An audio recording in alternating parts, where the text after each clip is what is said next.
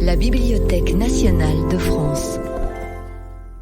Dans le cadre du cycle Les Visiteurs du Soir, qui propose des rencontres avec des professionnels du livre et de l'enfance, Pascal Joncourt reçoit l'autrice et illustratrice Fanny Michaëlis.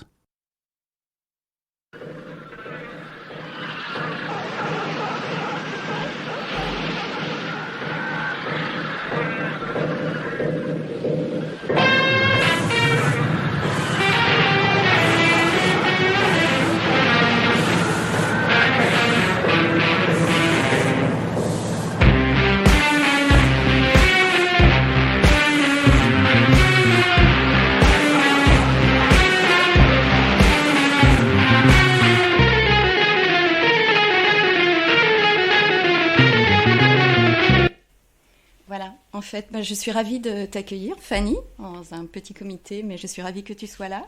En fait, donc Fanny Michaëlis, qui est autrice de bande dessinée, qui écrit aussi pour la jeunesse, des livres pour la jeunesse, qui illustre beaucoup pour la presse, qui est aussi musicienne, qui a une casquette de musicienne, d'où l'introduction à cette rencontre.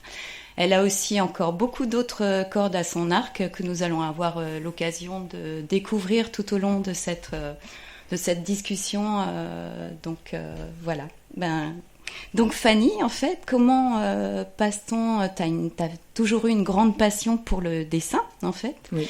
Mais comment passe-t-on du dessin, en fait, à une école de bande dessinée, et notamment donc l'école d'art supérieur d'art à Saint-Luc, à Bruxelles. Comment en arrive-t-on à cette école et à cet intérêt pour la bande dessinée? En tout cas, je pense qu'il n'y a pas un seul chemin. Le mien n'était pas forcément le plus court, parce que je suis arrivée à Saint-Luc en fait après avoir fait plusieurs années d'études aux Beaux-Arts de Paris. Donc moi, j'étais pas spécialement destinée à l'écriture de narrative et dessinée. J'avais fait des études de peinture, j'étais plutôt dans une optique de développer un travail dans le milieu de l'art contemporain, comme c'est la promesse aux artistes qui circulent et qui développent leur travail dans ces écoles d'art. Et en fait, après 1 an et demi passé aux Beaux-Arts de Paris, après déjà 2 ans passés en prépa aux ateliers des Beaux-Arts de la ville de Paris, donc on commence à accumuler les années d'études, et aussi de peinture, en l'occurrence, moi j'ai eu comme une sorte de blocage, c'est-à-dire de désintérêt ou de baisse d'intérêt pour la peinture, et je savais pas très bien en fait vers quoi aller. J'étais très attirée à la fois par l'animation et par la narration. Mais le mot, enfin en tout cas l'idée d'aller vers la bande dessinée était pas très consciente, et j'avais très envie de partir de Paris aussi. Je crois que j'étais assez désargentée et j'avais envie d'une autre vie que celle que promettait la vie parisienne, et puis peut-être simplement de nouveaux horizons. Et je suis allée pas à l'autre bout du monde, mais je suis allée à Bruxelles, et c'était déjà assez dépaysant, et c'était un ailleurs. Et j'ai passé le concours de l'Institut Saint-Luc de Bruxelles, et j'ai été admise avec un dossier que j'avais monté assez à l'arrache, quoi. Enfin, franchement, j'avais pas un bagage, j'étais pas... Il y avait des gens qui arrivaient dans cette école et qui étaient vraiment passionnés par la bande dessinée. Je peux pas dire que c'était vraiment mon cas. Et en fait, j'ai eu beaucoup de chance, parce que je suis arrivée dans un atelier qui était dirigé, c'est-à-dire l'école avait un cursus à la fois théorique, et puis on avait un travail d'atelier. Et les professeurs étaient issus de plusieurs maisons d'édition, mais ils étaient en particulier éditeurs au Frémoc, donc qui est une maison d'édition franco-belge ou belgo-française, on va dire, qui a pour particularité de soutenir des projets, d'éditer des auteurs, des autrices, des artistes qui sont vraiment au croisement de la bande dessinée et des arts plastiques, et de quelque chose de beaucoup plus plastique, très libre dans l'écriture, et en fait c'était un coup de bol, quoi, parce que du coup, il y avait vraiment cette ouverture d'un point de vue écriture. Et quand je dis écriture, je parle aussi d'écriture graphique, parce que du coup, la bande dessinée a cette particularité qu'on écrit avec le dessin, quoi. Et qu'on peut aussi... évidemment, c'est un art, pluriel, puisqu'il y a aussi le verbe, le mot, mais on peut, et en l'occurrence, c'est vrai que moi j'ai un travail qui n'est pas très bavard, en tout cas bavard de mots, mais voilà, ça permet de raconter des choses en images, quoi. Et du coup, c'était vraiment une chance d'arriver dans cette école. Et du coup, en fait... pour tes premières publications, tu as la chance de rencontrer en fait Stéphane Blanquet, donc via en fait ce qui est l'ancêtre, on dira, des réseaux sociaux actuels, via MySpace en fait. Ouais, c'est ça. Tu publies des dessins et en fait Stéphane les remarque et te propose d'éditer certains de tes dessins dans ses revues d'images comme il les appelle. Donc j'ai noté, il y a la tranchée Racine. La tranchée Racine, il y en a d'autres. Oui, à l'époque ça avait un autre nom, mais le muscle carabine, je crois, c'était le premier. Ça, le muscle carabine. En fait, si mes souvenirs sont bons, je pense que les éditions United Dead Artists, qui sont les éditions de cet artiste donc, qui s'appelle Stéphane Blanquet, qui est à la fois lui-même un artiste pluridisciplinaire, c'est-à-dire que il a évolué à la fois dans la bande dessinée, dans ce qu'on peut qualifier d'illustration, mais il a développé depuis des années un travail qui explose vraiment les limites, on va dire, de l'édition, tout simplement. C'est-à-dire que là, en ce moment, vous pouvez aller voir une exposition personnelle donc de Stéphane Blanquet à la Halle Saint-Pierre en ce moment. Donc il développe vraiment des installations sous toutes leurs formes. Enfin, voilà, c'est quelqu'un de très productif. Et qui, à cette époque-là, il me semble, c'était vraiment la naissance de ses éditions. Et il a vraiment... avec le temps, je pense qu'il y a des artistes, puis c'est assez particulier d'être à la fois artiste et éditeur, c'est-à-dire d'avoir un regard sur la production nouvelle. Et donc, à l'époque, il y avait MySpace, et on avait un tout petit débit dans ma colocation d'Internet, et on publiait des dessins sur cet ancêtre de Instagram ou Facebook, qui a disparu aujourd'hui. Et puis voilà, il a remarqué les dessins, et puis les dessins ont été publiés, puis aujourd'hui il continue de publier énormément de jeunes et moins jeunes artistes, mais voilà, plein de gens qui ne sont pas forcément sous le feu des projecteurs, et de prendre le risque de cette production d'images. Donc effectivement, c'était assez encourageant d'avoir été... repéré. Oui, enfin, de voir en tout cas ces dessins publiés au milieu de ceux d'artistes qu'on apprécie ou même qu'on admire. Enfin, voilà. Est-ce qu'on peut dire que en fait ton premier livre publié est celui-ci, donc c'est aux éditions BD Musique, c'était la collection BD Jazz, et en fait donc c'était Bruno Théol qui était à l'origine de ces éditions et de toutes ces collections en lien avec la musique. En fait, t'étais encore à Saint-Luc, non? Non, c'est juste après, oui. Non. Et du coup, c'est lui qui te contacte aussi pour... Je me souviens plus comment ça s'est passé exactement. Est-ce que... j'avoue que je me souviens plus tellement bien. Je pense qu'on a dû se rencontrer et que voilà, il y avait cette possibilité de proposer...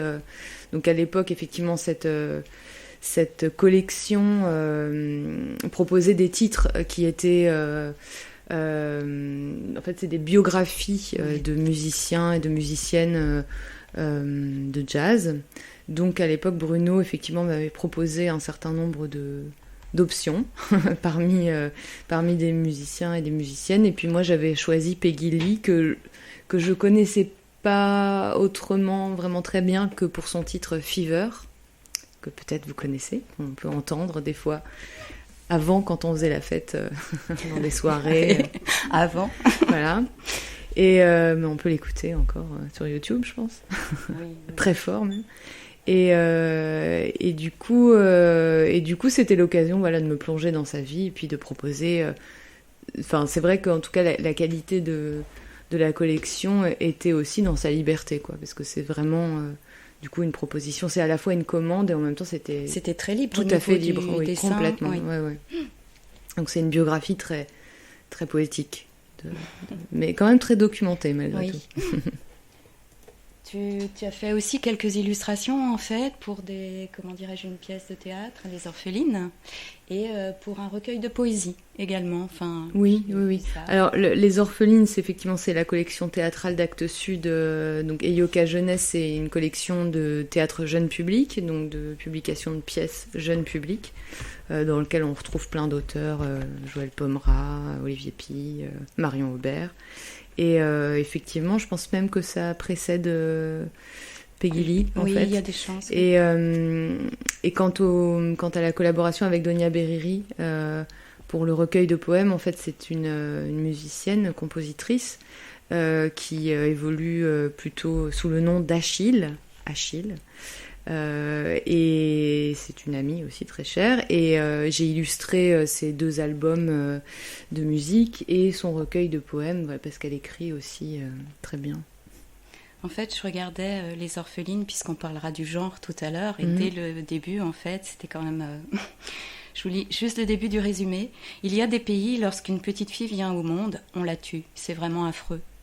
C'est parce qu'on parlera beaucoup du genre, je pense, un peu après dans notre discussion, notamment au niveau de ton travail pour la presse. Donc, déjà au départ, c'est des sujets quand même assez forts. Ensuite, donc, tu vas rencontrer les éditions Cornelius, mais le premier projet que tu vas éditer chez eux, en fait, qui s'appelle donc... Avant mon père était un enfant. En fait, ce projet-là, tu l'avais déjà dans tes cartons, en fait, avant de le proposer à Cornelius. Oui, tu avais déjà travaillé dessus, en fait. Oui. Quand je l'ai proposé à Cornelius, j'avais déjà pas mal travaillé dessus. Oui, il y avait eu une rencontre un peu ratée avec un autre éditeur. Et quand j'ai rencontré Jean-Louis Gauttet, donc, qui est l'éditeur, le créateur de la maison d'édition indépendante Cornelius, il a soutenu, il m'a dit oui, ok, on y va. Et avec, je dirais... cette grande qualité et ouverture d'esprit de laisser le projet se faire. C'est-à-dire c'est un projet qui est assez expérimental, qui est assez bizarre. C'est un récit pratiquement muet et assez étrange, à vrai dire. Et il a vraiment... Un conte aussi. C'est un conte, oui, vraiment. C'est vraiment un conte. C'est l'histoire d'un enfant qui est vieux, enfin... Il y a plein de croisements d'un couple qui ne peut pas avoir d'enfants. Enfin, il y a plein de choses qui se croisent, plein de thématiques dans ce livre. Et pareil, il m'a vraiment laissé mener le projet à bien en posant dessus un regard très bienveillant. Donc, c'était une grande chance. Et puis, moi, j'étais assez fan des éditions Cornelius, qui sont vraiment une des maisons d'édition les plus pointues dans le sens de l'exigence, on va dire, tant en termes de contenu que de qualité d'objet.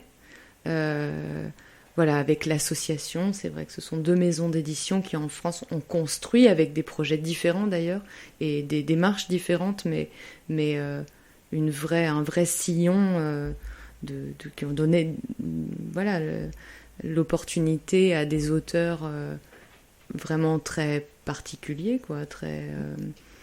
parfois très radicaux, d'avoir une voix dans le paysage français, international, des arts graphiques. En fait, je vais revenir peut-être un petit peu sur ton dessin, qui est très particulier, qui quand même est très particulier dans la bande dessinée.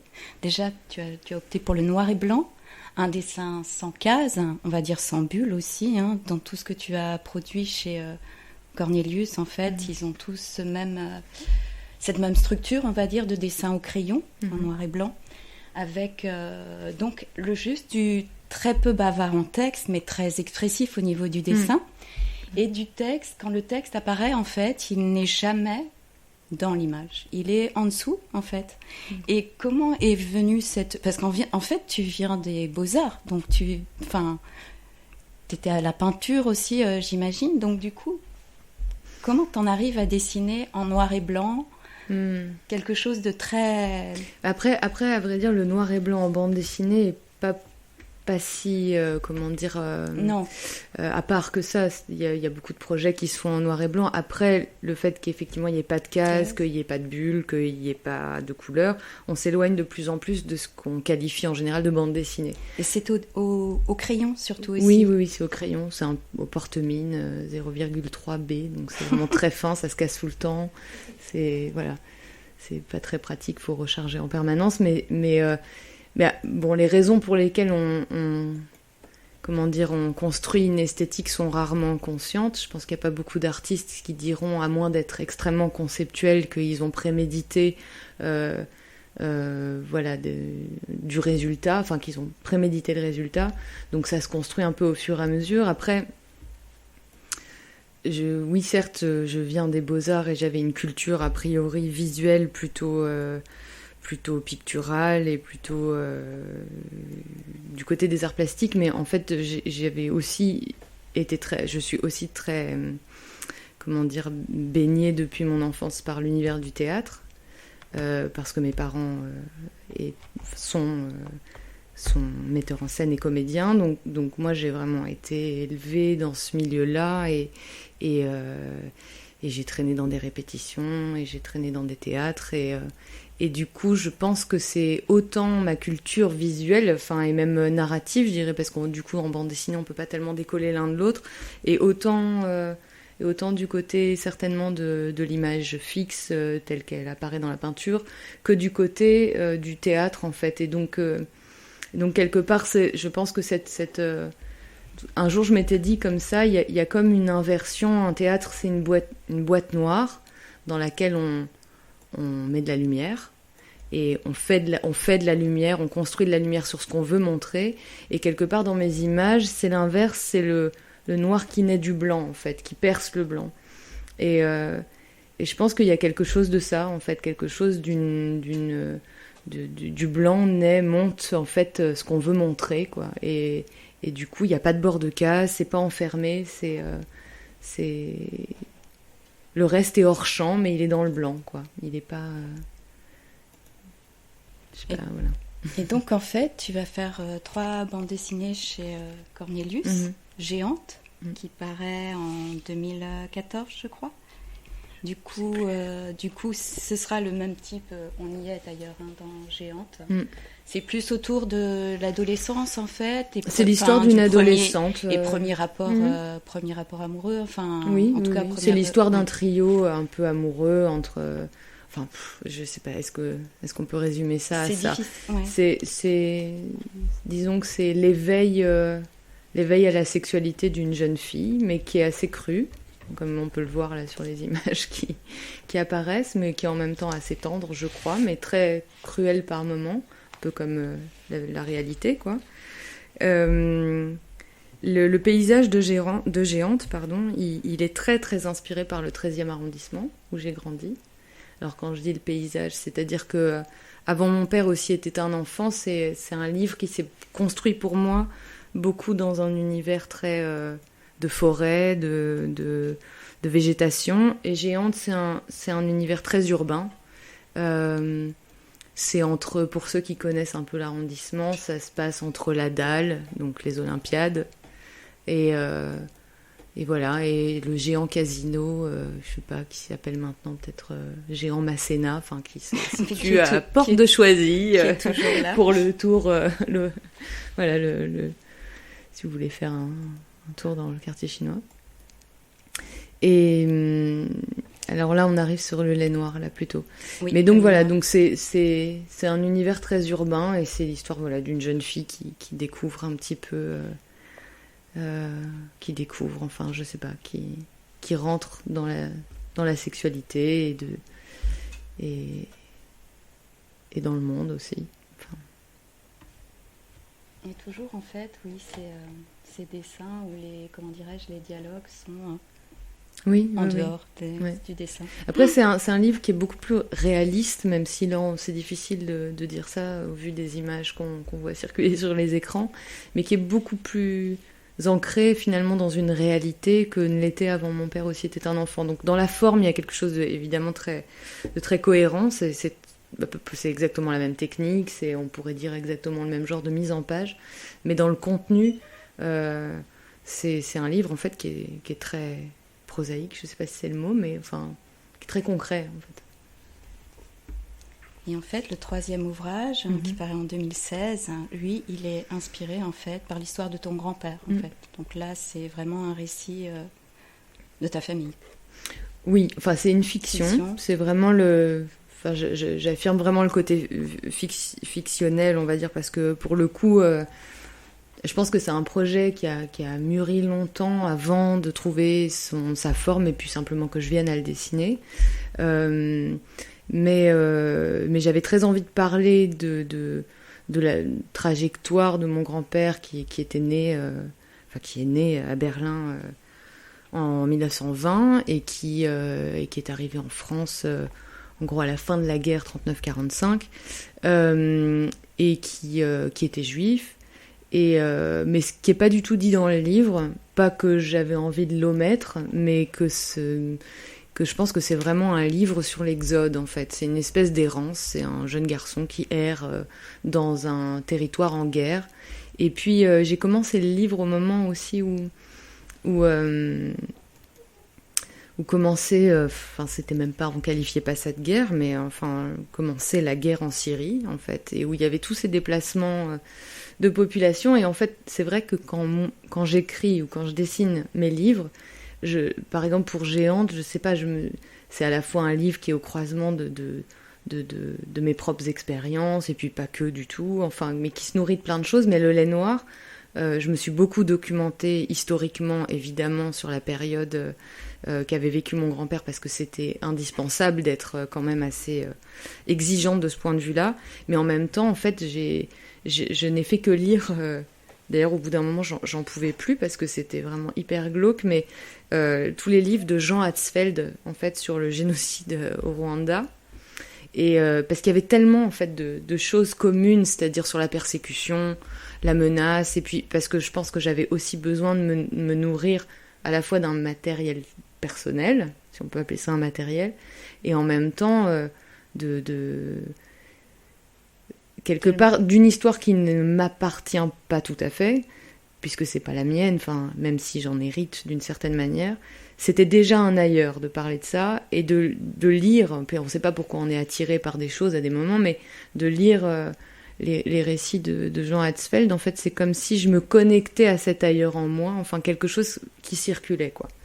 Et donc ça a nourri même visuellement, en fait il y a des séquences dans le livre où le personnage de Peter, qui est ce jeune garçon qui est un peu le héros du livre, traverse des marais.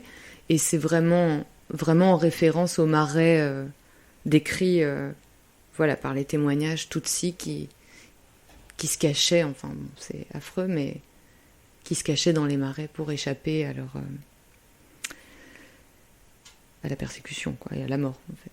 Et tu ancres aussi bien ça dans dans l'histoire, la Seconde Guerre mondiale, en fait, avec... Oui, mais en fait, c'est drôle, parce que c'est dit dans le livre, dans l'introduction, qu'effectivement, il y a une référence biographique, mais en revanche, à aucun moment dans le livre, c'est prononcé. Enfin, on parle pas de nazis, ni de juifs, ni de Shoah, enfin, peu importe. Mais il y a des images. Mais les images, évidemment, sont très nourries de cette iconographie, entre guillemets. Et du coup, ça paraît extrêmement évident pour les lecteurs, en général, que ça se situe à cet endroit-là, là où moi, j'ai laissé ouvert, en fait. Voilà. C'est dans le résumé qu'en fait aussi... Oui. Qui est introduit, effectivement, bien sûr. Ça t'introduit, ça te... mais dans l'histoire. Ensuite, Fanny, tu as entre-temps aussi publié, en fait, pour la jeunesse, non pas de la bande dessinée, mais des albums. Tu as, en fait, publié chez Thierry Magnier deux albums. Donc, dans mon ventre et Une île. Donc voilà, donc là des albums couleurs pour la jeunesse. Je vais te laisser parler en fait de ce premier album qui est dans mon ventre, qui est aussi ton expérience très personnelle de la maternité. Et puis de Une île, qui est un conte un peu déjà écologique.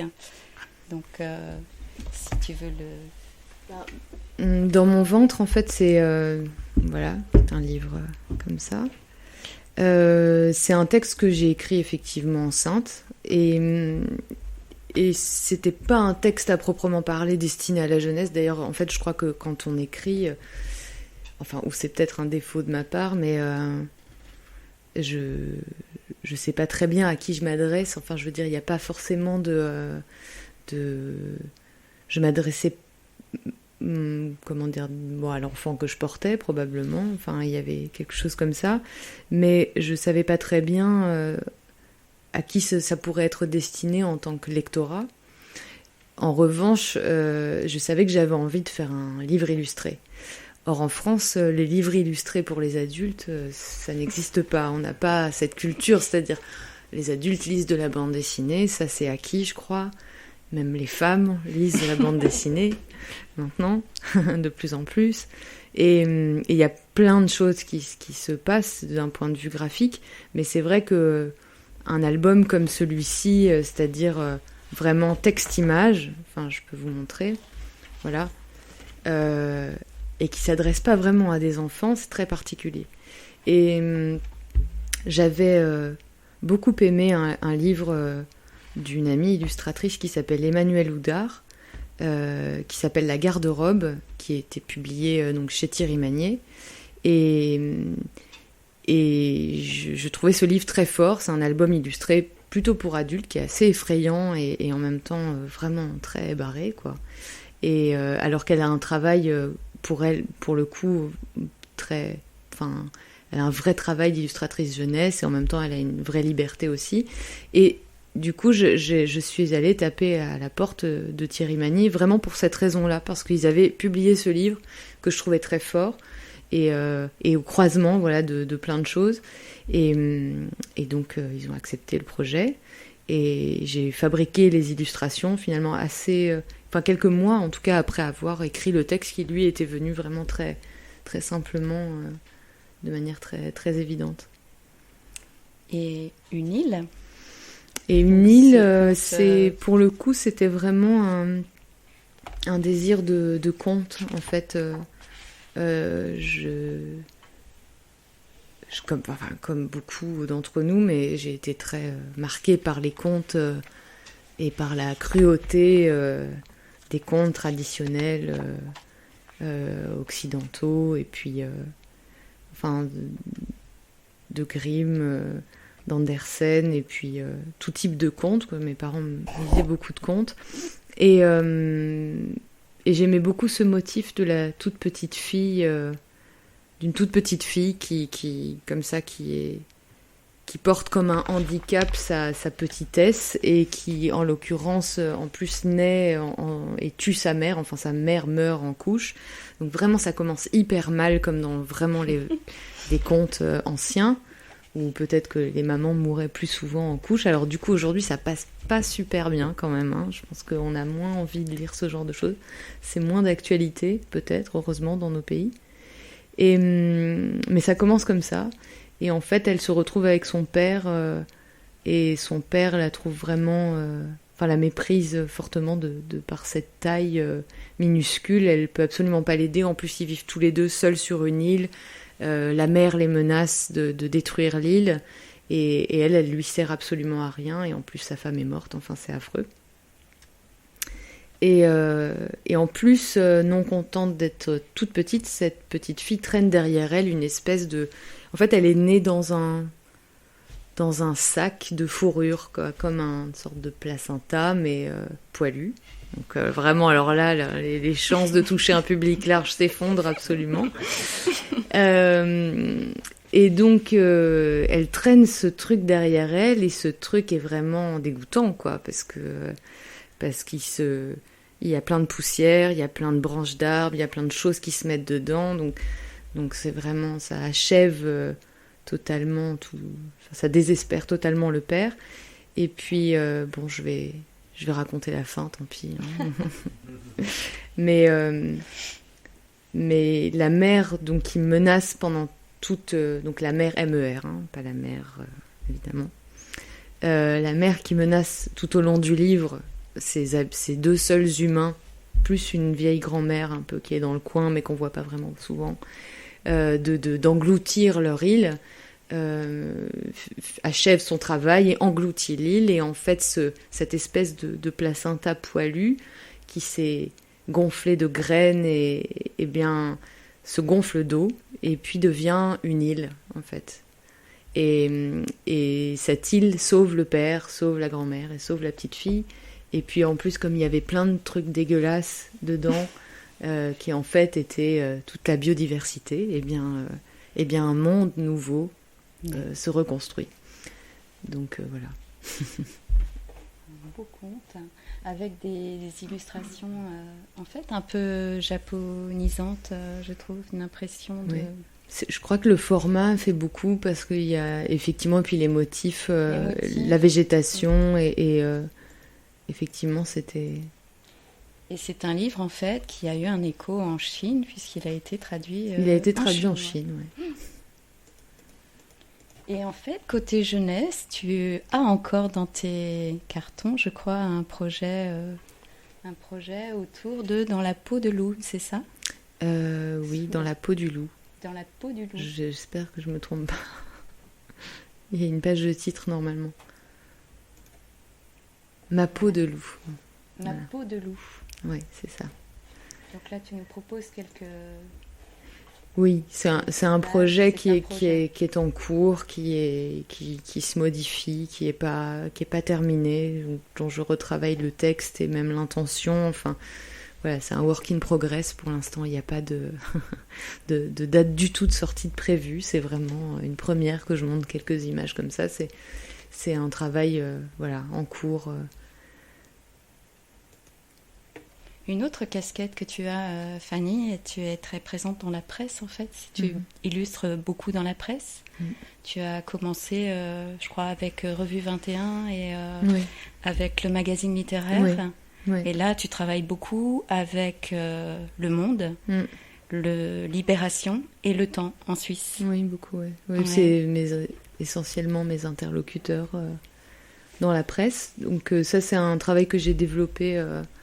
effectivement, ma première commande, on va dire, pour la Revue 21 remonte, je pense, à 2012 ou quelque chose comme ça.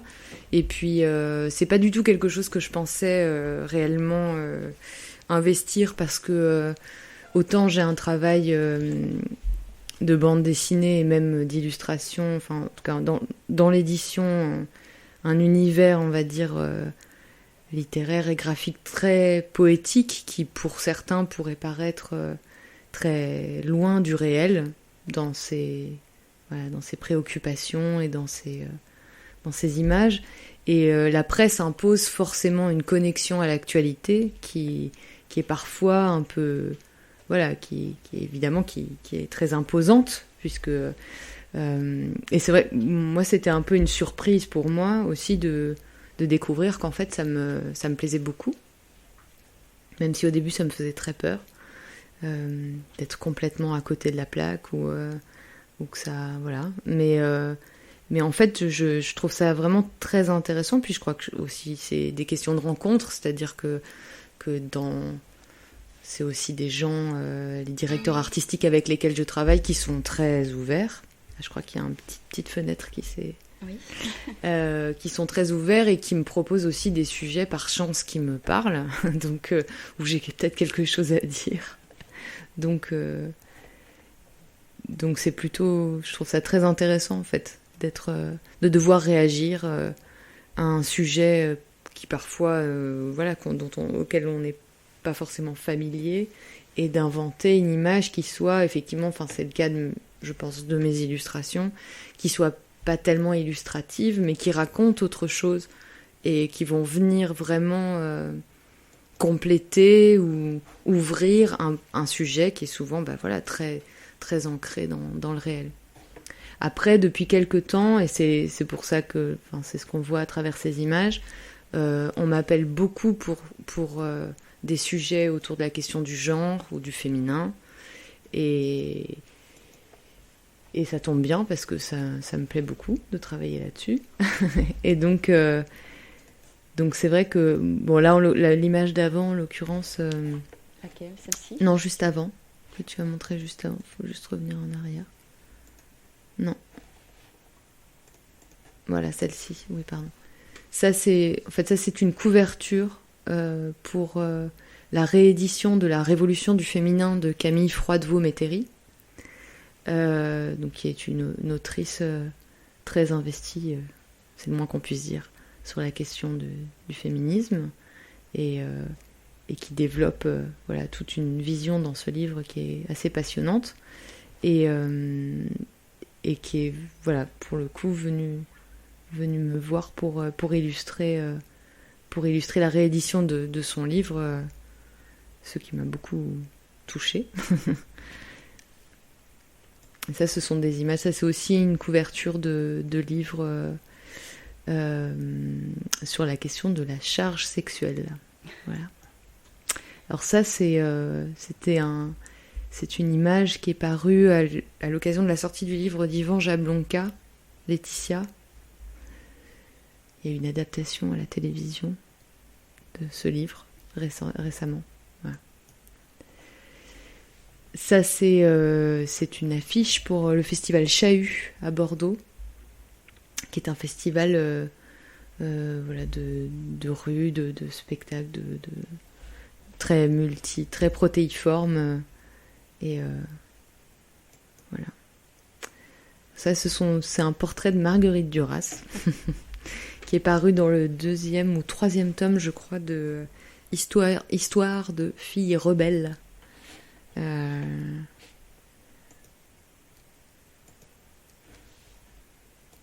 un trou sur l'éditeur.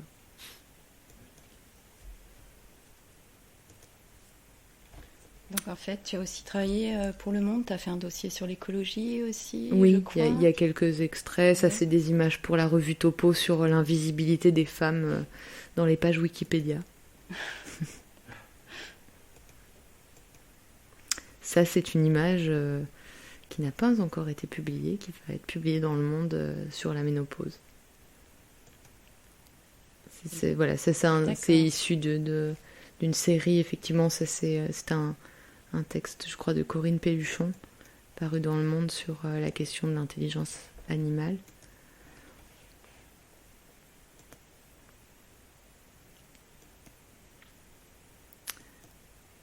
L'antispécisme. Ouais. Ce qui frappe, c'est toujours tes couleurs. Oui. Très... En fait, paradoxalement, la contrainte de la presse est évidemment très liée au temps, au temps à la montre, quoi. Oui.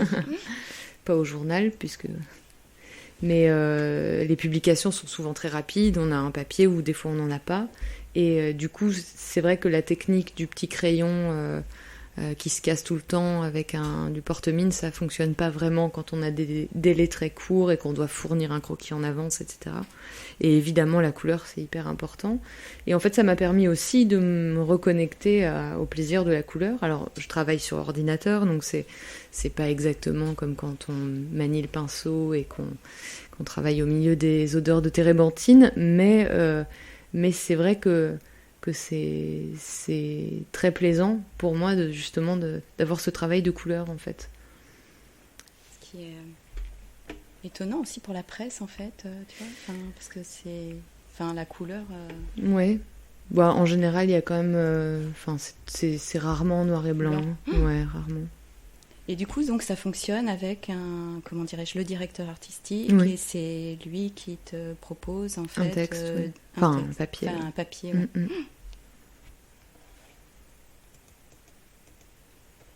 Du coup, Fanny, tu as aussi travaillé, en fait, sur la colorisation de la série Epiphania, donc par Ludovic Delerme. De Burn. De Burn. Donc tu as travaillé sur les 2 premiers albums. Et c'était une collaboration. Une collaboration. Oui, vraiment, ouais. Oui. Oui. En fait, quand Ludovic a commencé sa série, qui était quand même un projet assez ambitieux qui se déclinait sur plusieurs tomes, lui se voyait pas assumer seul le travail de couleur, parce que par ailleurs il est peintre et il était tout à fait autonome sur la question de la couleur dans sa vision, mais c'est vrai que le travail du scénario et du dessin était déjà très ambitieux, et donc il m'a proposé de travailler sur son album, et en me laissant effectivement aussi relativement libre dans mes propositions, bien qu'on se soit concerté en amont sur des références à mettre en commun. Donc c'est vrai que nous on avait des références, enfin en tout cas on avait envie de... C'est un projet vraiment très, très engagé, très militant d'une certaine manière, sur la question par l'intermédiaire, on va dire, d'une métaphore et d'un genre presque fantastique, d'interroger réellement la possibilité d'un changement de système qui, quelque part, met en lumière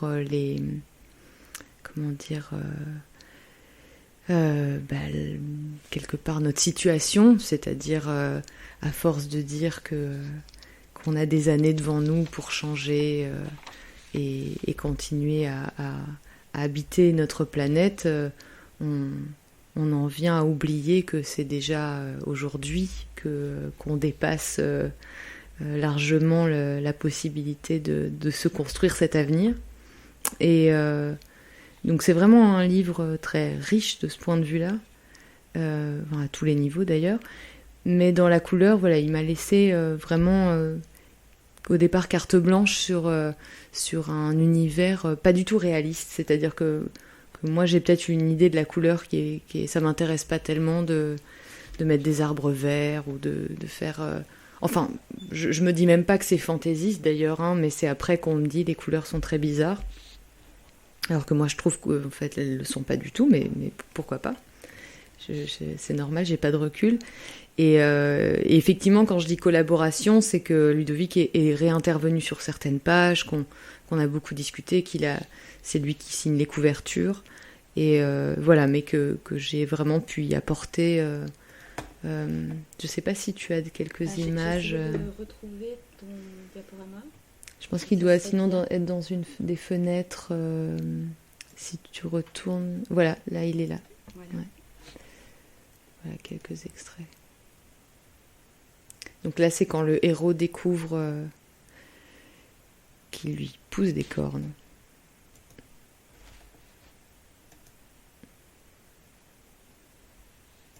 Et c'est vrai qu'on était autant inspiré par, enfin en tout cas très nourri des couleurs de Chris Ware, de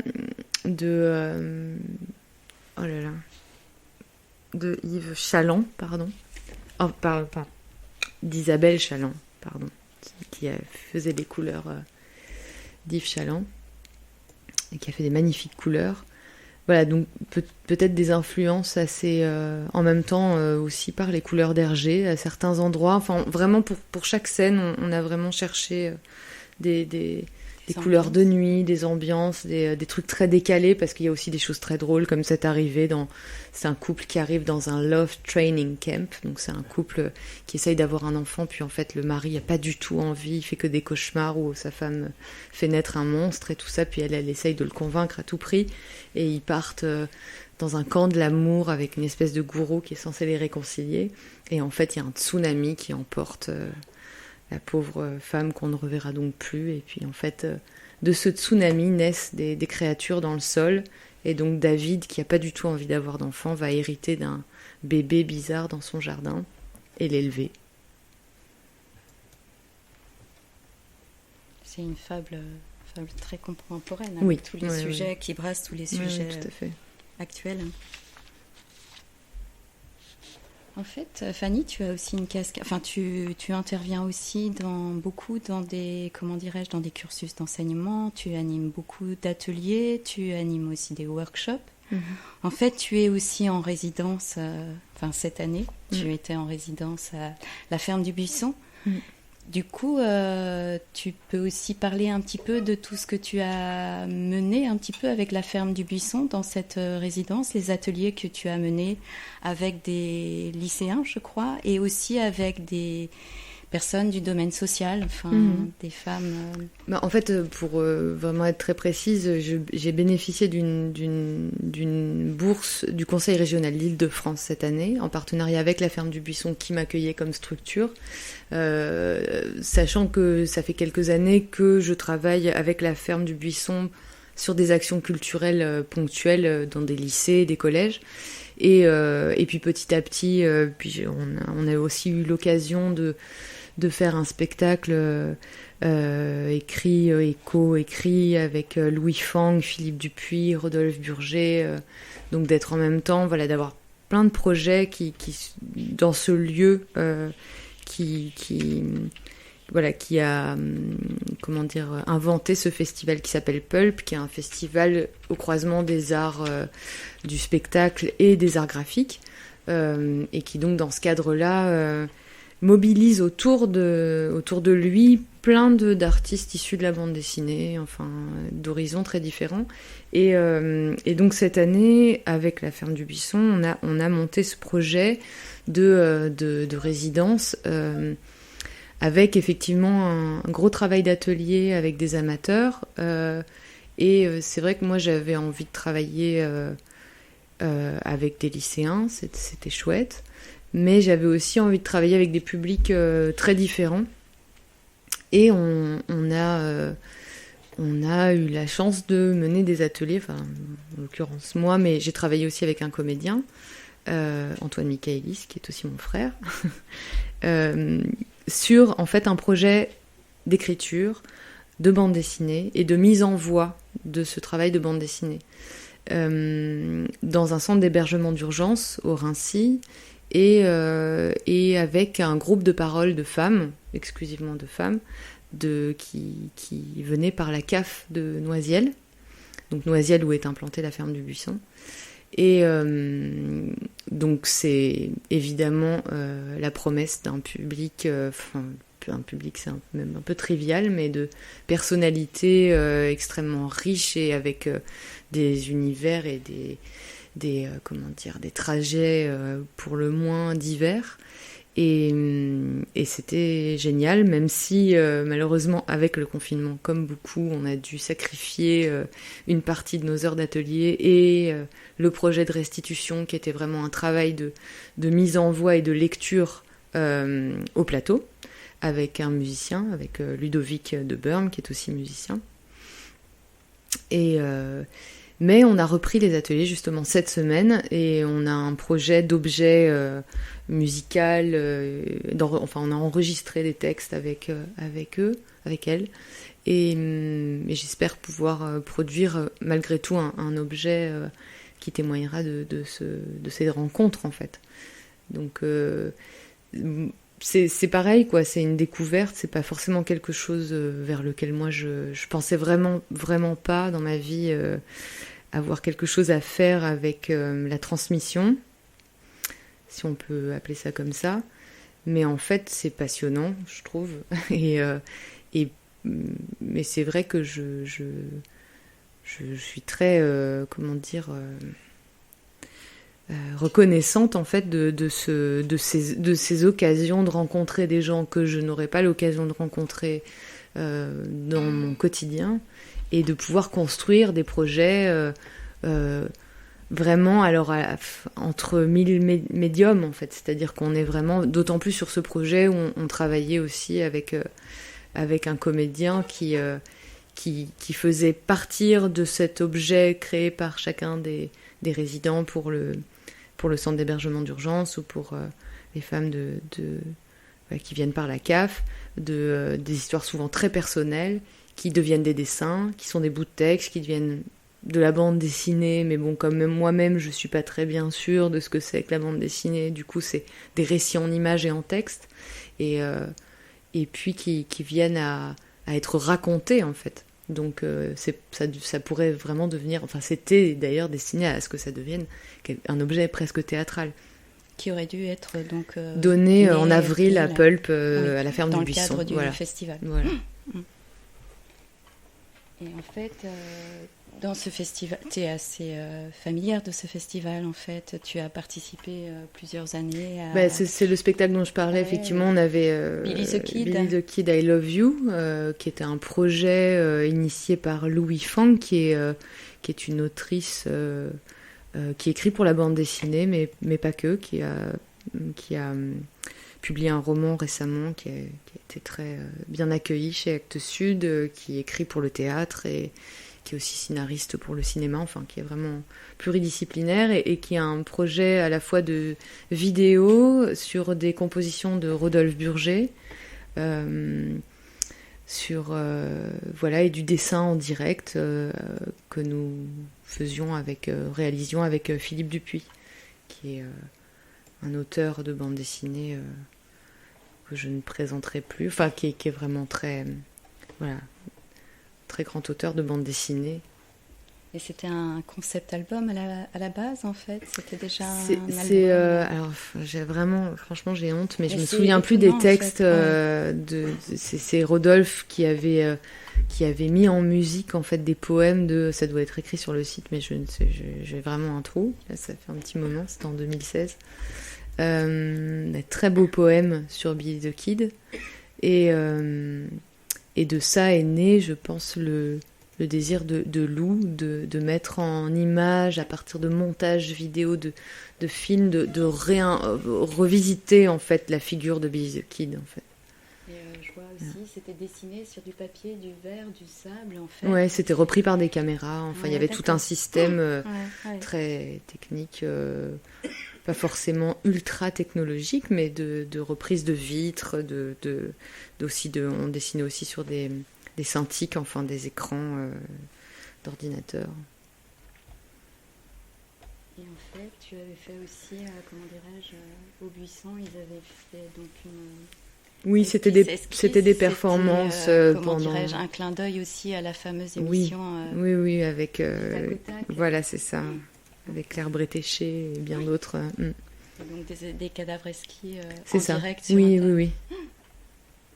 Mais c'était très festif, c'était très bordélique, c'était très bien d'ailleurs, c'était très amusant à faire. Mais effectivement, ça a eu lieu à plusieurs reprises. Billy the Kid était beaucoup plus... c'était tout à fait une autre forme. Mais surtout cette année, je devais donc proposer une exposition dans le cadre du festival, qui normalement sera reportée à 2021. On espère tous que d'ici là, on aura le droit de... Donc en fait, c'était Mädchen Corpus, oui. Donc c'est une exposition qui en fait se déplie dans un lieu. La ferme du Buisson, c'est presque une petite ville. C'est construit autour d'une grande halle. Je crois que c'était une usine, mais je veux pas dire de bêtises, je sais plus de quoi. Et en fait, il y a des anciennes écuries avec des box. Et en fait, donc, mon exposition... quand le confinement est arrivé, on était en train de construire. C'est vraiment une installation, en fait. La proposition, c'est pas du tout une proposition d'exposition, d'encadrement de planches ou de choses comme ça. C'est vraiment in situ, c'est-à-dire que le lieu a vraiment de grosses contraintes. C'est des toutes petites pièces, très hautes de plafond, avec plein de reliefs et avec l'équipe technique de la ferme qui est assez géniale. On avait inventé tout un mobilier inspiré effectivement de mon travail graphique qui venait habiter cet endroit avec de très grands dessins. Donc là, les dessins qui sont là en fait sont très grands, vont être imprimés en très très grand format et pour cette exposition, j'étais en train, et je suis encore en train aussi de créer toute l'ambiance entre guillemets, mais toute tout un habillage sonore en fait, de musique et de son, d'atmosphère, exactement. En fait, tu travailles aussi sur, une adaptation radiophonique du Lait Noir. Donc, oui. Tu nous as apporté quelques extraits. Et c'est pareil, en fait, tu fais tu bascules un petit peu, à partir de tes histoires, en fait, tu cherches à les habiller, à les projeter dans d'autres univers, en fait. En fait, c'est presque... c'est les hasards qui font ça, mais quand il y a 2 ans, je crois, il y a eu une exposition au mémorial de la Shoah qui s'appelait Shoah et bande dessinée, si je ne me trompe pas. Et les commissaires de l'exposition, Didier Passamonique et Marie-Édith Agostini, m'ont proposé de présenter des planches du Lait Noir dans l'exposition qui reprenait à la fois des choses, des archives, plein de choses. C'était très varié, c'est une très belle exposition et mon travail se situe un petit peu à l'endroit de cette 3e génération qui témoigne d'un passé qu'il n'a pas connu, un peu au moment aussi où les témoins s'éteignent. Donc il y avait comme ça plusieurs jeunes auteurs dans l'exposition, et à l'occasion du Salon du Livre du Mémorial, en fait, ils nous avaient proposé de créer une lecture du Lait Noir. Donc du coup, j'ai fait un peu ce travail à rebours, c'est-à-dire que d'un livre d'images, en fait, j'ai écrit un texte tout à fait littéraire, qui est vraiment une adaptation de mes images en mots, et qu'on a joué avec Patrick Michaëlis, qui est mon papa, qui est comédien, et Ludovic de Burm, qui est donc aussi musicien, à l'occasion de ce salon. Et en fait, on a eu l'occasion de le jouer plusieurs fois, dans plusieurs lieux, au musée de l'histoire de l'immigration. On devait le jouer à la ferme du Buisson en avril, et en fait, comme beaucoup, certainement, le confinement m'a frustrée sur certains plans, évidemment, et en même temps m'a donné l'idée d'en fabriquer une version radio, en fait. Et au départ, c'est vrai que la lecture s'est construite autour des compositions de Father Kid. Father Kid, c'est le groupe que je partage avec Ludovic de Burm, le groupe de musique. Et en fait, petit à petit, c'est imposé pour moi de créer une musique originale, enfin en tout cas un habillage, un travail original de son autour de ces textes. Je vais peut-être en lancer un. Oui, tu peux mettre Sais-tu, mère, peut-être. Sais-tu.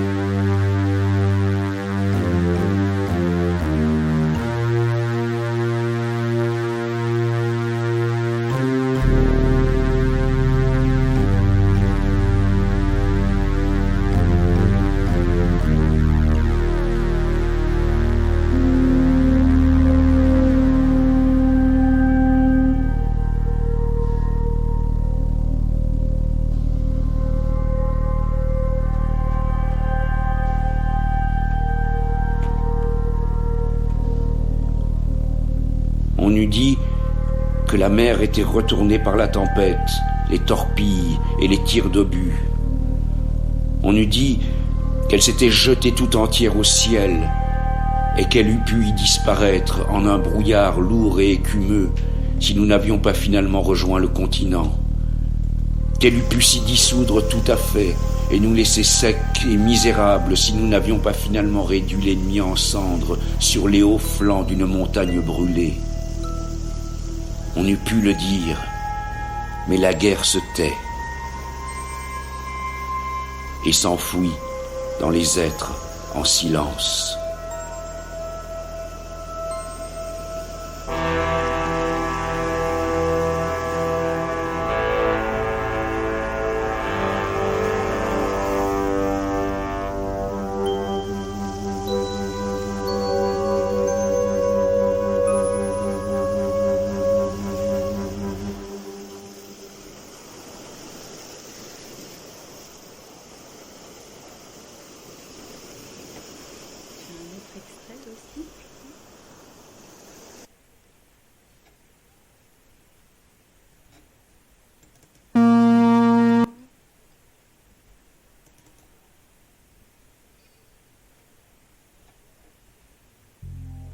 Peter.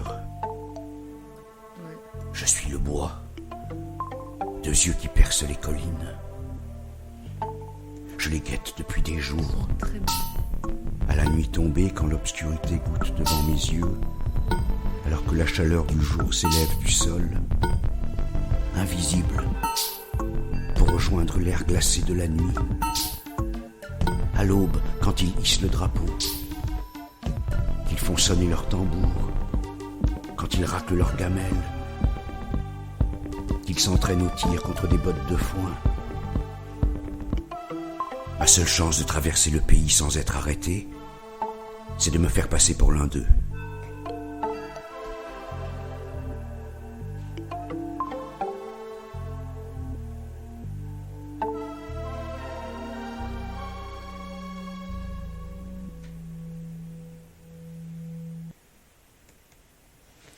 Le son était plus fort tout à l'heure, non ? Oui, je crois. Et du coup, avec, tu travailles aussi actuellement sur un nouveau projet de bande dessinée, peut-être.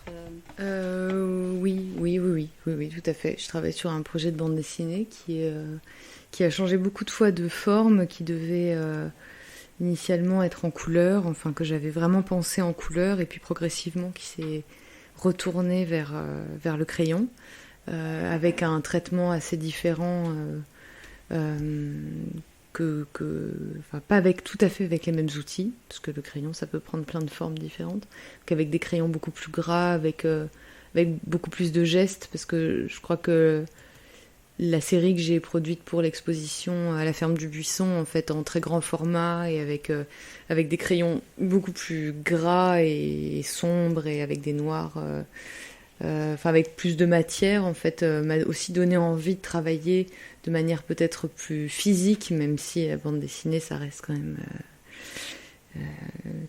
un physique réduit, on va dire. Mais en tout cas, d'être plus dans quelque chose de plus dans le geste que dans la minutie et la patience dans laquelle j'étais dans les précédents projets. Voilà. Et en fait, le sujet, un petit peu, ça tournera autour Alors, il y a souvent des fusils dans les débuts de mes histoires. En tout cas, le point de départ du projet, c'est plusieurs jeunes qui vont,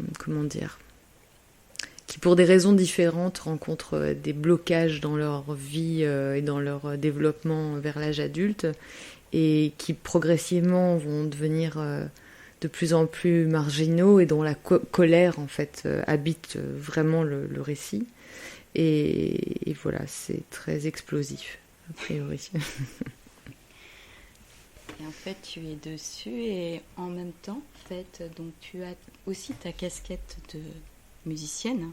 Mm-hmm. Et je crois qu'aujourd'hui, tu composes, en fait, ça te prend aussi du temps, et tu es, en fait, sur la composition,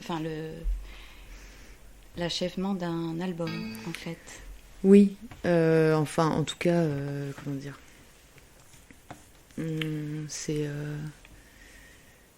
en tout cas j'explore, en tout cas, parce que donc j'ai un groupe avec Ludovic de Burm qui est donc compositeur, guitariste dans ce groupe, et c'est vrai que jusqu'à présent il était très du côté de la composition, puis moi je suis chanteuse dans ce groupe essentiellement, je joue aussi de la basse et de la batterie, mais assez mal.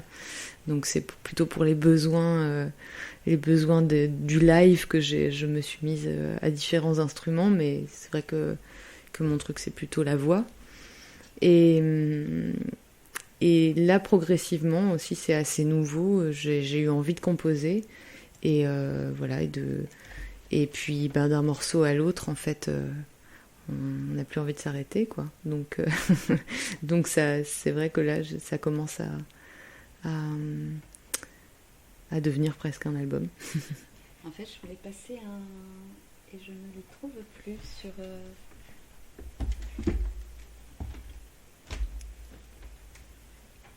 sur ton disque là. Et du coup, Je sais pas. Et sur sur ce qu'on a sur le bureau.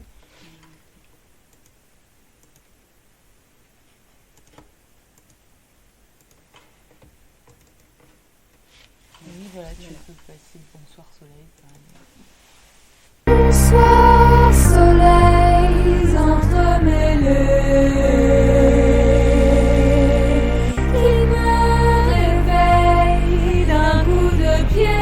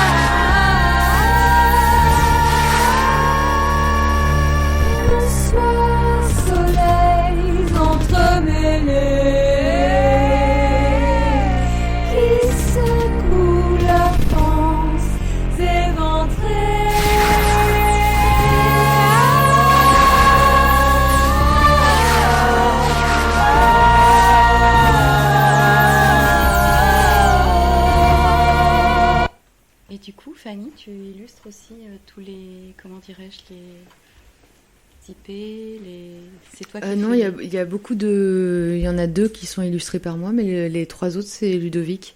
D'accord. Non, c'est vraiment... on alterne. Et d'ailleurs, quand je dis que je suis en train de faire un album, c'est vrai que c'est la première fois qu'en fait je me mets à composer particulièrement de mon côté. Comme je disais, c'était souvent Ludovic qui amenait les compositions et sur lesquelles moi j'intervenais dans un second temps. Mais il n'est pas dit du tout que ce ne soit pas une collaboration au final, parce qu'on est en train de fabriquer aussi des morceaux ensemble. Donc, d'accord. Donc tu es sur des projets, enfin tu as plusieurs projets, côté musique, côté bande dessinée, un livre pour la jeunesse. Tu as d'autres...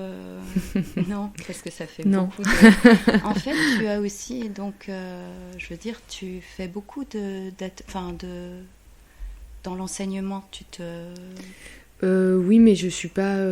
j'enseigne pas, c'est-à-dire que je suis intervenue effectivement à l'université d'Amiens l'année dernière pendant un an. J'ai eu la chance de faire un workshop d'une semaine via l'Institut français à l'école Bezalel, qui est les Beaux-Arts de Jérusalem, en 2018. Donc c'était une semaine dédiée à la collaboration entre des artistes français et puis les élèves de master de l'école. Et c'était absolument génial.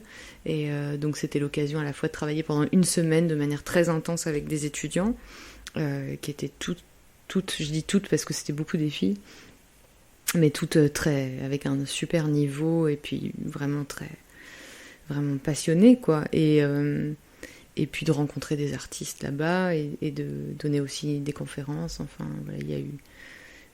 c'était une semaine très riche. Mais effectivement... voilà, ça m'arrive d'intervenir, comme cette année aussi, à Saint-Luc. Je suis intervenue aussi dans le master. d'être jury. J'ai été jury cette année aux Arts Déco de Strasbourg, enfin l'AIR de Strasbourg maintenant ça s'appelle. Et à chaque fois, c'est des expériences que je trouve passionnantes, quoi, vraiment. Mais bon, voilà, j'ai pas de poste attitré de prof, je suis pas enseignante. Non, mais c'est quelque chose que tu ne refuses pas. Enfin, ah non, j'adore ça. Non, je trouve ça vraiment... Non, je trouve que c'est vraiment hyper intéressant. C'est riche en échanges. Oui, non, vraiment, c'est une découverte, quoi. Bon, ça fait quelques années déjà, mais qui ne cesse pas de se renouveler, en tout cas. Et tu parlais on a beaucoup parlé du genre à travers toutes ces, comment dirais-je, toutes tes œuvres. Et en fait, tu parlais aussi de ta semaine de workshop à Jérusalem. Et tu disais que en fait, dans ce cursus, il n'y avait que des filles. Oui, il y avait un garçon, mais il y avait beaucoup de filles. Je veux dire, ça m'est arrivé de discuter avec des autrices de bande dessinée. Ouais. Et dans les écoles, c'était plutôt une tendance inversée. Oui, mais ça s'inverse complètement. Et c'est assez étonnant, quoi. Oui, mais à Saint-Luc, cette année, dans le master de bande dessinée, donc c'est quand même des 5e années, il y a une majorité de filles, quoi. Et les profs eux-mêmes disent, moi j'étais une génération, j'ai 36 ans, j'étais une génération où c'était moitié-moitié. Avant, c'était clairement plus de garçons masculin. et puis moins de filles. Et puis alors, paraît-il, d'après ses amis profs, enseignants, c'est en train de complètement basculer. Et effectivement, après, à Bezalel, c'était particulier parce que c'est un département art visuel, donc on n'est pas typiquement sur la bande dessinée. En fait, ils ont entre autres comme prof dans ce cursus une autrice que moi j'adore, qui s'appelle Routou Modane, qui est publiée chez Actes Sud en France, et qui a elle-même un travail de bande dessinée qui est plus traditionnel, mais qui est quand même vraiment très, très personnel, quoi. Et donc voilà, ils ont un bagage d'illustration, de bande dessinée, en tout cas ils ont clairement un bagage vraiment très intéressant, très étoffé. Oui. Et tous ces projets, en fait, ils sont vraiment, je veux dire, c'est quand même des choses, c'est toi, ça ne vient jamais d'une proposition d'éditeur. Enfin, j'ai l'impression que c'est vraiment tes projets, que ce soit en musique ou dans les livres, en fait, c'est quelque chose que tu veux faire et que du coup après il y a peut-être des gens à qui tout tombe tout cuit dans le bec. Moi c'était pas mon cas donc voilà, c'est pas du tout une complainte, mais c'est effectivement la presse, c'est vraiment quelque chose que j'ai démarché. Effectivement c'est aussi, je crois que quand on a, je pense qu'il y a plusieurs façons d'être auteur, d'être artiste, d'être d'être du côté du créatif, parce qu'on peut être du côté du créatif dans plein de choses, pas que dans l'art, bien sûr. Mais la question qui se pose dans ce métier-là en particulier, c'est quand même la question du désir, quoi. C'est-à-dire que pour faire 200 pages de dessin, il faut en avoir un petit peu envie. Donc c'est vrai que pour l'instant, mais je dis pas que c'est pas quelque chose que j'exclus, mais il faut que ça m'appartienne quand même très fort pour que ce désir résiste.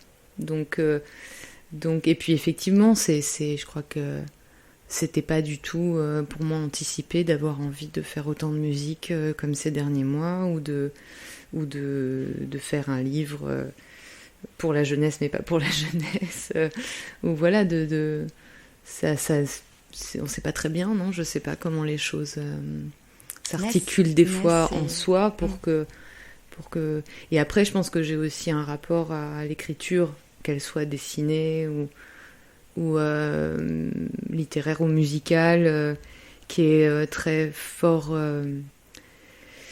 qui est un refuge en fait, qui est quelque chose qui aussi construit une bulle autour de soi. Donc je pense que tous les auteurs, toutes les autrices de bande dessinée n'ont pas du tout ce rapport-là à leur médium, en fait, parce qu'il y a beaucoup de gens qui aiment travailler en collaboration. Moi, je suis dure à cuire là-dessus, quoi. C'est un défaut, d'ailleurs, mais c'est même un gros défaut, mais c'est difficile pour moi je manque encore, on vit pour se perfectionner, mais de souplesse, parfois, pour accueillir L'univers d'un autre. L'univers d'un autre, et puis bon, voilà, tant que le sien n'est pas épuisé et qu'il se renouvelle, ma foi, on est condamné à vivre avec soi-même, donc c'est... Mais bon, voilà, c'est pas quelque chose que j'exclus, mais c'est vrai que pour l'instant, ça c'est pas... Effectivement, ça explique peut-être pourquoi aussi, même si on me propose des choses maintenant en illustration, quand même, je serais malhonnête de dire le contraire, et d'ailleurs c'est très gratifiant, mais les projets d'édition sont venus de moi. Oui, d'accord. Mais tu as eu d'autres propositions pour oui, travailler de fait, en ouais. illustration, en presse ou en édition, je veux dire, c'est... Mais oui, en bande aujourd'hui... dessinée En bande dessinée En bande dessinée, non. Mais est-ce vraiment de la bande dessinée? Non. Voilà. Si tu veux rajouter quelque chose, Fanny, ou si vous avez des questions à poser dans la salle, Corinne? Peut-être sur le temps de la résidence BNF, qu'est-ce que ça Oui. apporte ou, je sais pas, Ouais. c'est quand même nouveau aussi pour la BNF. Alors, évidemment, la question de la résidence à la BNF, elle est... alors, pour le coup, quand je dis que ce serait malhonnête de dire qu'on me propose rien, pour le coup, là, c'était très gratifiant d'avoir cette invitation, je dirais. Après, l'année étant ce qu'elle a été, malheureusement, cette résidence est une résidence quelque peu distancielle. Mais l'année n'est pas finie. et je trouve... en l'occurrence, le travail sur Chronique, moi, j'ai trouvé ça passionnant, encore une fois, quoi, comme toutes les rencontres où tout d'un coup, on rentre... de découvrir ce qu'avait pu être le confinement pour les équipes, pour la bibliothèque, pour un lieu comme celui-là. Qu'est-ce que ce temps suspendu, d'en discuter, de réfléchir à comment transmettre ça en images, en laissant la place de ce ressenti, en même temps en y amenant mon univers. Après, je pense que l'année n'est pas finie, la résidence non plus, et j'espère qu'elle produira encore d'autres rencontres. En fait, tu animes, tu seras sur une table ronde. Oui, autour le des 28 métiers, novembre. oui. Voilà. Et tu animeras aussi des ateliers? Non, Pas à cette occasion. Mais effectivement, je pense que l'année a été beaucoup bouleversée et que ça s'annonçait pas, cette première résidence à la BNF pour des auteurs de bande dessinée, ça n'annonçait pas du tout de la manière dont elle se déroule là. Mais c'est la même chose à la ferme du Buisson, en Exactement. fait. Tout a été interrompu. Je veux dire, vous n'avez pas pu mener au bout non plus. Non, il a fallu ateliers, transformer simplement l'objet de la ateliers, résidence et puis modifier notre idée de départ, quoi, ce qui donne aussi des fois d'autres idées, en fait, et qui fait qu'on s'adapte à la situation. Et là, j'ai eu l'occasion de voir ce matin les personnes avec qui on faisait cette résidence, et en fait, c'est comme si on s'était quitté la veille, et on raccroche super. les wagons comme ça, et puis finalement, c'est génial, quoi. Donc, et oui, puis c'est super. Mais tu vois, avec effectivement final de bien mise sûr. en parole Ouais. lors du festival du Pulp, ça aurait été... Oui, mais c'est bon, sûr. ça n'a pas pu être, et c'était déjà assez une expérience Oui, tout très à fait. riche. Oui. Je sais pas si vous avez des questions. Non. Par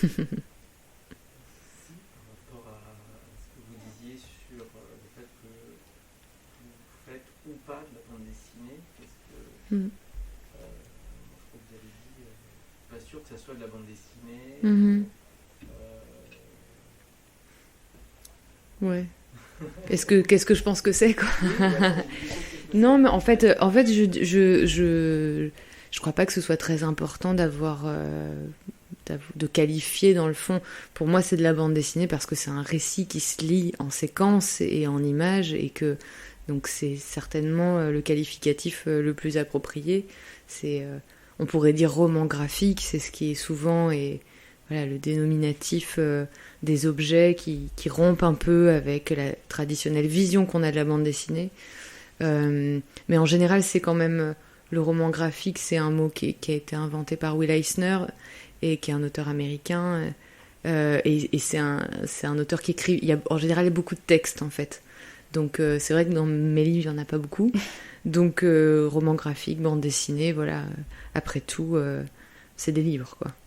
C'est une histoire. Enfin, oui, et puis je crois que en fait c'est vrai que moi je me passe pas mon temps à me demander effectivement dans quel cas ça rentre, sans un mauvais jeu de mots, mais et je vois bien que par exemple quand je travaille avec des amateurs qui ont pas du tout une culture de l'image ni de la bande dessinée, ils sont pas offusqués quoi par la forme. Enfin je veux dire, il y a pas de quand il y a pas d'a priori en fait, bah il y a pas de gêne quoi.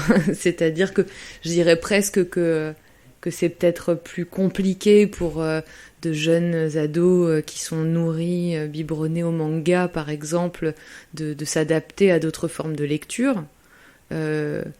Donc pour le coup c'est un public que je connais parce que je travaille avec, ça m'arrive de travailler souvent, enfin ça m'est arrivé souvent de travailler avec des lycéens et c'est vrai que leur culture de la bande dessinée c'est vraiment le manga quoi. Donc moi je me sens assez loin là pour le coup enfin, ça dépend de quoi évidemment parce que dans le manga c'est tellement vaste mais dans le type de série qu'ils lisent, en plus c'est vrai qu'après c'est un défaut aussi certainement de ma part, mais je manque de culture à ce niveau-là et du coup je pense que là ils sont beaucoup plus saisis par la forme finalement que des dames que voilà qui ont jamais lu de bande dessinée du tout ou même qui lisent pas forcément de livres d'ailleurs et parce qu'elles ont pas le temps, parce qu'elles ont des enfants en situation de handicap ou qu'elles sont seules, enfin bref, et qui là trouvent ça juste voilà, enfin accueillent ça sans heurts quoi. Donc j'ai pas vraiment de réponse, mais bon voilà, c'est pas grave que ce soit un peu flottant. Bon. Oui, je vous remercie, merci d'avoir beaucoup. été là. Et merci beaucoup à toi aussi, merci, Fanny, pour Pascal, cette merci rencontre. Corinne, merci à la BNF. Il y aura peut-être d'autres occasions. Avec plaisir. Pour que tu découvres vraiment physiquement le lieu, qui pourrait être intéressant aussi pour toi. Donc, Avec plaisir. Merci. En tout cas, un grand merci à toi. Merci beaucoup. Vous venez d'écouter un podcast de la Bibliothèque nationale de France.